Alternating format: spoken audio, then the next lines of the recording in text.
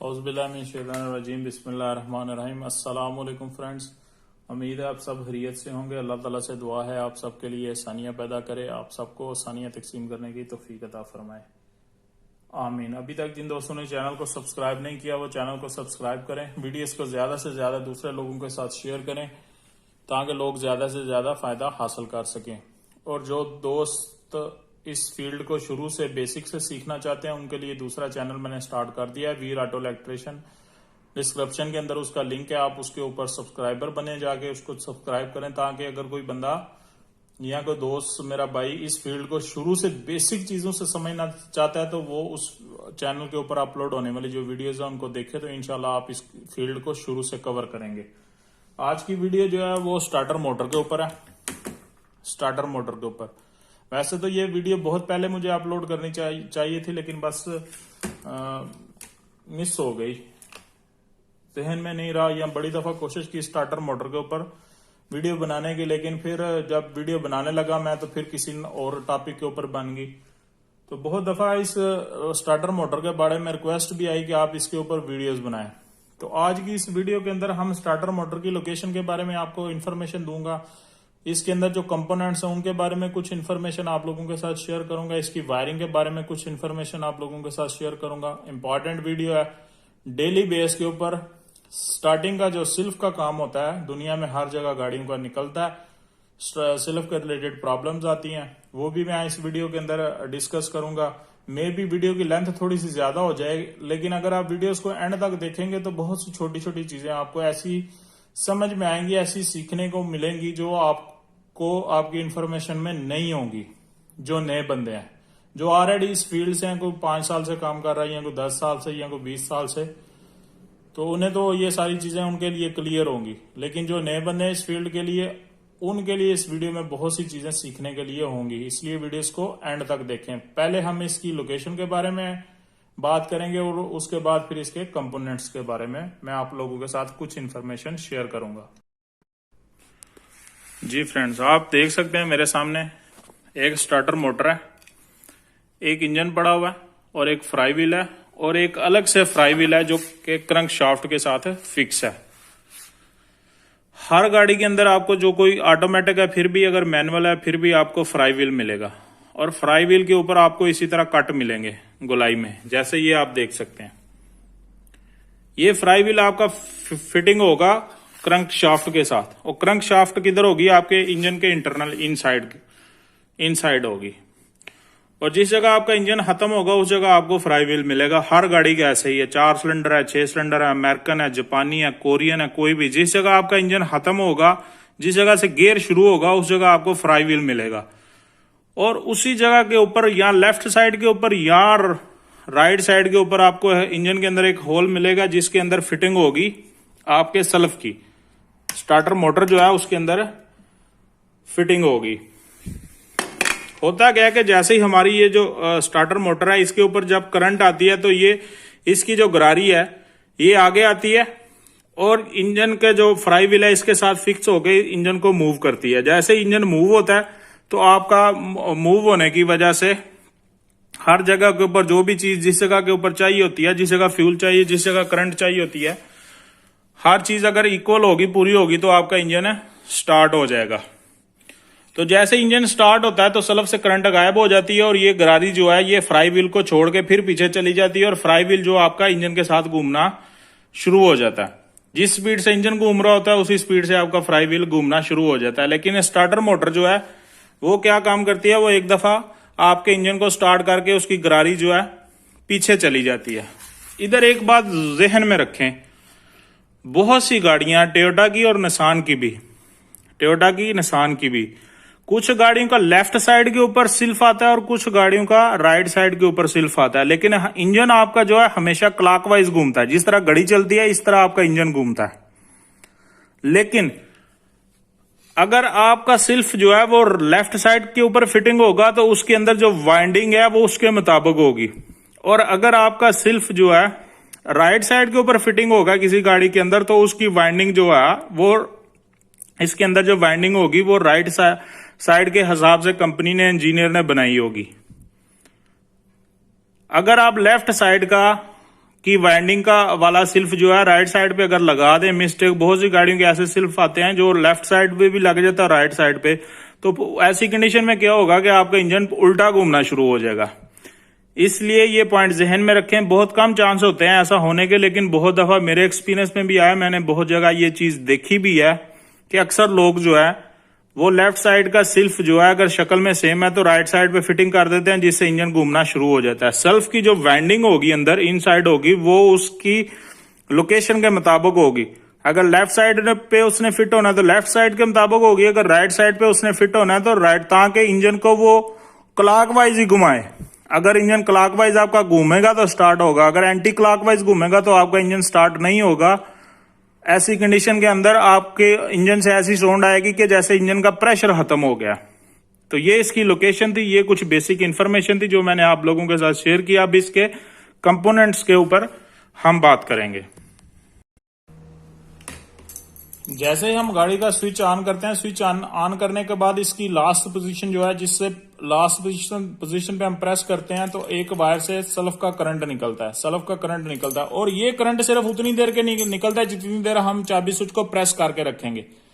जैसे ही हम इसे छोड़ेंगे तो ये करंट गायब हो जाएगा। लेकिन नए मॉडल्स के अंदर, बहुत सी गाड़ियों के अंदर, बीएम मर्सिडीज के अंदर भी ऐसा फंक्शन है कि सिर्फ एक दफा ऐसे करना पड़ता है, सिर्फ एक दफा पुश करना पड़ता है और सेल्फ इंजन को स्टार्ट करने के बाद ऑटोमेटिकली बंद हो जाता है। जैसे ही आपके चाबी स्विच से सेल्फ का करंट निकलता है, आपकी हर सिल्फ के साथ एक रिले होती है जिसे स्टार्टर रिले कहते हैं, जिसे स्टार्टर रिले कहते हैं। इस स्टार्टर रिले को ऑन करता है वो करंट, और वो करंट आपकी जाती है स्टार्टर मोटर के सोलोनाइड के ऊपर।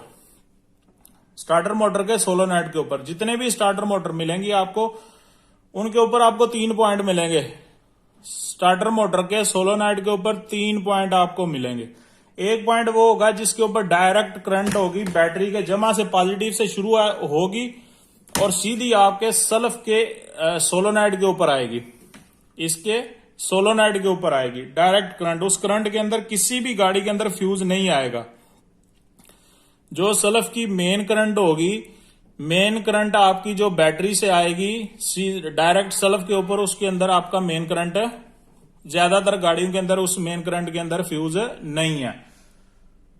दूसरी इसकी वायर कौन सी होगी? दूसरी वायर आपकी होगी जो आपके रिले से आउट निकलेगी, रिले से आउट निकलेगी। ये है मैनुअल गाड़ी के अंदर ये सिस्टम। और जो गाड़ियां ऑटोमेटिक हैं जिनके गेयर, उसके अंदर इन्वॉल्व हो जाएगा आपका गेयर का सिलेक्टर स्विच। बहुत सी गाड़ियों के अंदर ऐसा होता है कि रिले से जो करंट निकलती है वो सिलेक्टर स्विच पे चली जाती है, और अगर आपका गेयर का सिलेक्टर स्विच P या N पोजीशन के ऊपर है तो वो आपकी करंट जो है सिलेक्टर स्विच से आपके सेल्फ पे आएगी। अगर आपकी गेयर का गाड़ी का जो लीवर है वो R के ऊपर है या D पे या 2 पे या L पे है तो सेल्फ आपकी गाड़ी नहीं लेगी। ऑटोमेटिक गाड़ी को स्टार्ट होने के लिए P या N के ऊपर रखना जरूरी है। एक बात और, कुछ गाड़ियों के अंदर ऐसा होता है कि जो आपकी स्टार्टर की रिले है, इसका अर्थ जो है वो आपको मिल रहा होता है सिलेक्टर स्विच से, यानी सिग्नल, यानी सिलेक्टर स्विच अगर उसको सिग्नल देगा कि गाड़ी P पे है तो N पे है तो गाड़ी स्टार्ट होगी। अगर वो इसको सिग्नल नहीं देगा तो आपकी गाड़ी स्टार्ट नहीं होगी। जैसे ही सोलोनाइड के ऊपर चाबी से करंट आएगी तो ये इसके दोनों पॉइंट इनसाइड, इसके ये जो दोनों पॉइंट है मेन करंट वाला और आउट वाला, ये दोनों आपस में मिल जाएंगे और गाड़ी की मोटर, इसके अंदर जो मोटर बनी हुई है ये मोटर चलना शुरू हो जाएगी। ये जो आपका सोलोनाइड है ये 2 काम करेगा, ये बात जहन में रखने वाली। ये जो आपका सोलोनाइड है सेल्फ का, ये 2 काम करेगा। एक तो बैटरी से आने वाली मेन करंट को मिला देगा मोटर के साथ, जो मोटर वाला हिस्सा है उसके साथ मिला लेगा। सेकंड ये काम करेगा कि इसके इनसाइड पिस्टन वर्किंग करेगा। वो पिस्टन क्या करेगा कि इसकी जो गरारी है, इसके अंदर जो क्लच सिस्टम होता है, इसकी गरारी को पुश करेगा और इसको आगे फ्लाई व्हील की तरफ वर्क करवा देगा। जैसे ये आप देख सकते हैं, मैंने इसे खींचा तो ये बाहर आ गई, जैसे मैं इसे छोड़ूंगा तो ये पीछे चली जाएगी। ऐसे ही सेम वर्किंग होती है। जब सोलोनाइड के ऊपर करंट आती है तो सोलोनाइड 2 काम करता है। एक तो करंट मोटर को दे देता है और दूसरा क्या काम करता है कि इस गरारी को फ्लाई व्हील के ऊपर फेंक देता है। और फ्लाई व्हील के ऊपर जैसे ये गरारी जाती है तो फ्लाई व्हील को घुमाती है और आपका इंजन स्टार्ट हो जाता है। ये है सोलोनाइड का काम। इसकी मोटर के अंदर ये आर्मेचर आती है और आर्मेचर के ऊपर आती है आपके ये कार्बन। 4 कार्बन आते हैं, 4 कार्बन आते हैं, 2 माइनस के होते हैं और 2 पॉजिटिव के होते हैं। और ये आपके मोटर, ये जो मोटर वाला हिस्सा है इसके अंदर ये तीन इसके कंपोनेंट्स हैं इंपॉर्टेंट। एक इसकी आर्मेचर है, एक इसकी कार्बन प्लेट है और एक इसकी बॉडी है। आप इसके इनसाइड देख सकते हैं, ये आपको वाइंडिंग नजर आ रही है। ये वाइंडिंग पुराने मॉडल्स के अंदर थी, नए मॉडल्स के अंदर भी कुछ गाड़ियों के अंदर ये वाइंडिंग आ रही है, लेकिन तकरीबन नए मॉडल जितने भी हैं ये टेक्नोलॉजी खत्म हो गई है। अब क्या होता है कि सल्फ की जो बॉडी है इसके अंदर मैग्नेट प्लेटें आती हैं, मैग्नेट प्लेटें आती हैं। और अभी थोड़ी देर पहले जो मैंने आपसे जिक्र किया लेफ्ट और राइट का, तो आप ये देख सकते हैं कि ये जो बॉडी है इसका जो कार्बन प्लेट है इसके ऊपर आर लिखा हुआ है। आर का मतलब क्या है कि ये राइट साइड पे लगने वाला सिल्फ है। ये जिस गाड़ी में होगा अगर इस जगह एल लिखा होगा तो वो लेफ्ट साइड करने वाला होगा, अगर इसके ऊपर आर लिखा होगा तो ये राइट साइड वाला सिल्फ है। अगर कभी आप सिल्फ रिपेयर करते हैं टोयोटा के अंदर या निसान का कोई सिल्फ रिपेयर करते हैं और आप ये बॉडी चेंज करते हैं तो बहुत एहतियात करें एल और आर की, क्योंकि ये जो बॉडी है इसकी ये वाइंडिंग वाली ये अक्सर सेम होती है, तो लेफ्ट और राइट पे फिटिंग होने के चांस होते हैं। अगर आपने लेफ्ट वाली राइट पे फिट कर दी और राइट वाली लेफ्ट पे फिट कर दी तो उससे क्या होगा, आपका सेल्फ उल्टा घूमना शुरू हो जाएगा। इसको आप 12 वोल्ट के ऊपर भी चेक कर सकते हैं, सीरीज के ऊपर भी चेक कर सकते हैं। चेकिंग करने का एक अलग तरीकाकार है, उसके ऊपर भी मैं वीडियो बनाऊंगा इंशाल्लाह कि आर्मेचर को आपने किस तरह चेक करना है और आपने इसकी बॉडी जो है इसको किस तरह चेक करना है।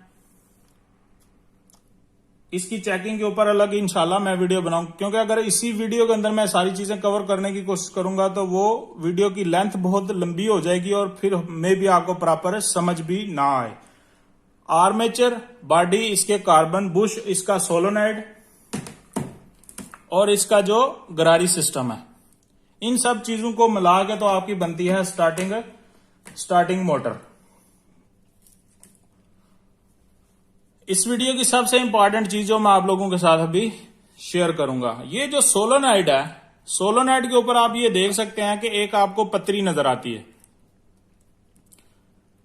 ये पतरी आपको नजर आती है और ये पतरी आगे जाके वो पॉइंट जो इसकी मोटर की तरफ जो तार जा रही है उसकी तरफ जाता है। हमेशा जब भी आप किसी भी सेल्फ का सोलोनाइड चेंज करें तो हमेशा याद रखें ये जो पतरी आपको नजर आ रही है वेल्डिंग हुई, ये आपने उस तरफ रखनी है जिस तरफ आपकी मोटर की वायर निकलती है, उस तरफ नहीं रखना जिधर बैटरी की वायर लगती है।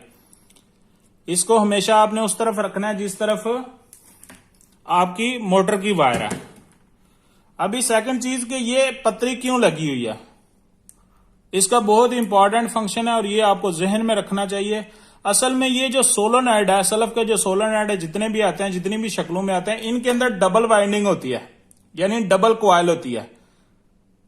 इनके अंदर डबल कॉइल होती है। एक कॉइल जो है वो अर्थ लेती है आपके मोटर वाले हिस्से से, एक कॉइल जो आपकी वो अर्थ लेती है आपके मोटर वाले हिस्से से, और एक कॉइल का जो अर्थ है वो बॉडी के साथ लगा होता है। जब आपके सोलोनाइड के ऊपर करंट आती है ना, तो उस टाइम चंद सेकंड के लिए, 1 या 2 सेकंड के लिए आपकी ये जो दोनों कॉइल हैं ये दोनों काम करती हैं। दोनों कॉइल जो है काम करती हैं फुल पावर के साथ। लेकिन जैसे ही आपकी ये मोटर चलना शुरू हो जाती है इसके अंदर, तो एक कॉइल का फंक्शन खत्म हो जाता है और दूसरी कॉइल जो है जिसने पुश किया होता है इसके पिस्टन को नीचे, वो काम करती रहती है।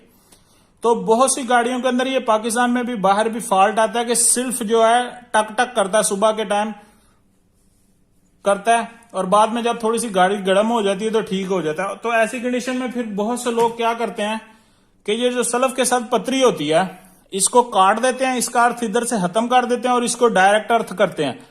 डायरेक्ट अर्थ करने से क्या होता है कि इसके जो डबल कॉइल है इसके अंदर वो दोनों काम करती हैं और ताकत ज्यादा हो जाती है सोलोनाइड की। और कुछ लोग ऐसा भी करते हैं कि इसका अर्थ डायरेक्ट करते हैं और डायरेक्ट करने के बाद इसके साथ कॉइल भी लगा देते हैं। और बहुत से बंदे हैं जो इसको डायरेक्ट करते हैं, इसके साथ रिले भी लगाते हैं, लेकिन उन्हें ये कोई नहीं पता कि इसके अंदर डबल कॉइल है बनी हुई, उन्हें बस ये पता है बस इधर हम अर्थ करेंगे, रिले लगाएंगे तो ये जो टक टक करने वाला फॉल्ट है ये क्लियर हो जाएगा। लेकिन 10 में से सिर्फ 2 या 3 गाड़ियों का ये फॉल्ट क्लियर होता है। रिले लगाने से या अर्थ डायरेक्ट करने से ज्यादा गाड़ियों का फिर सोलोनाइट जो है वो हमें चेंज करना पड़ता है, रिपेयर करना पड़ता है या चेंज। रिपेयर तो खैर नहीं होते, बहुत कम होते हैं, पाकिस्तान में शायद करते हैं पुरानी गाड़ियों का, जिन बड़े साइज के सोलोनाइट आते हैं वो रिपेयर हो जाते हैं। लेकिन नए मॉडल्स के अंदर जिनके छोटे छोटे सोलोनाइट हैं वो सोलोनाइट चेंज ही होता है। तो इसके अंदर डबल कॉइल होती है, एक कॉइल का इनसाइड अर्थ होता है और एक कॉइल मोटर वाली साइड से अर्थ लेती है। अगर आपने कभी कोई गाड़ी आए, आपने तजर्बा करना हो तो आप इसका अर्थ जो इधर से काट के सोलोनाइट का अर्थ डायरेक्ट लगाएं और इसके साथ एक 4 पिन वाली रिले लगा दें। उससे क्या होगा कि ये डबल कॉइल से पावर ज्यादा हो जाएगी और मे भी, गारंटी कोई नहीं होती इस चीज की, मे भी आपका सल्फ जो है कुछ अरसा, महीना 2 महीने 3 महीने जो है बेहतर चल जाए, वो टक टक वाला जो फॉल्ट है वो क्लियर हो जाए। इसके अलावा गाड़ी के जो फॉल्ट आता है सिल्फ के अंदर, इसके कार्बन खत्म हो जाते हैं, इसके कार्बन खत्म हो जाते हैं। जब किसी सिल्फ के कार्बन खत्म हो जाए तो सिल्फ के अंदर से कोई भी साउंड नहीं आएगी किसी तरह की। जब आप ठोकेंगे उसे थोड़ा सा किसी भी चीज के साथ तो वो सेल्फ चलना शुरू हो जाएगा। ये निशानी होती है इसके कार्बन खत्म होने की। उसके अलावा इसकी गरारी खराब होती है, गरारी खराब होगी तो उसके साउंड से आपको पता चल जाएगा। और ये सिल्फ का एक ऐसा काम है, ये आप जितना ज्यादा करेंगे, खोलेंगे, बनाएंगे, इसको रिपेयर करेंगे, इसकी आर्मेचर चेंज करेंगे, बॉडी इसकी सर्विस करेंगे, तो आप जितना ज्यादा इस चीज को करेंगे उतना ज्यादा आपके लिए ये आसान होगी। अगर आप वीडियोस देख के या नेट के ऊपर इंफॉर्मेशन इकट्ठी करके इस चीज को समझने की कोशिश करेंगे फिर भी आपको समझ आएगी, लेकिन 100% जब आपको उसी टाइम समझ आएगी जब आप इसका एक्सपेरिमेंट करेंगे, खुद सिल्फ रिपेयर करेंगे, खुद इसकी चीजों को समझेंगे, खुद खोलेंगे, खुद फिटिंग करेंगे, तो तब आपको ये पूरा जो सिल्फ और जनरेटर का काम है ये क्लियर होगा। जब तक आप अपने हाथों से नहीं करेंगे तब तक आपको इन चीजों की समझ नहीं आएगी प्रॉपर। ये थी आज की वीडियो जिसके अंदर सिल्फ स्टार्टर मोटर जो है इसकी थोड़ी सी इंफॉर्मेशन मैंने आपको शेयर किया है। इसके कंपोनेंट्स को जो चेकिंग का तरीका है वो मैंने आपके साथ अभी शेयर नहीं किया। आर्मेचर को कैसे चेक करना है, बॉडी की शार्टेज कैसे चेक करनी है, इसकी सल्फ की जो गरारी है इसे हम बाहर कैसे चेक कर सकते हैं, ठीक है, कैसे हमें पता चलेगा सल्फ जो है वो लोड ले रहा है नहीं ले रहा है, और इसको खोलने के बाद हमने कैसे चेक करना है कि आर्मेचर की प्ले है या नहीं है। बहुत सी चीजें जो इसे खोलने के बाद चेक की जा सकती हैं। उन सब चीजों के ऊपर भी मैं वीडियोस बनाऊंगा इंशाल्लाह ताला। एक वीडियो के अंदर हर चीज कवर करना पॉसिबल नहीं होता। अपना ख्याल रखें, अपने घर वालों का ख्याल रखें, 5 वक्त नमाज पढ़ें, ज्यादा से ज्यादा दुरूद शरीफ पढ़ें। अस्सलाम वालेकुम व रहमतुल्लाहि, पाकिस्तान जिंदाबाद।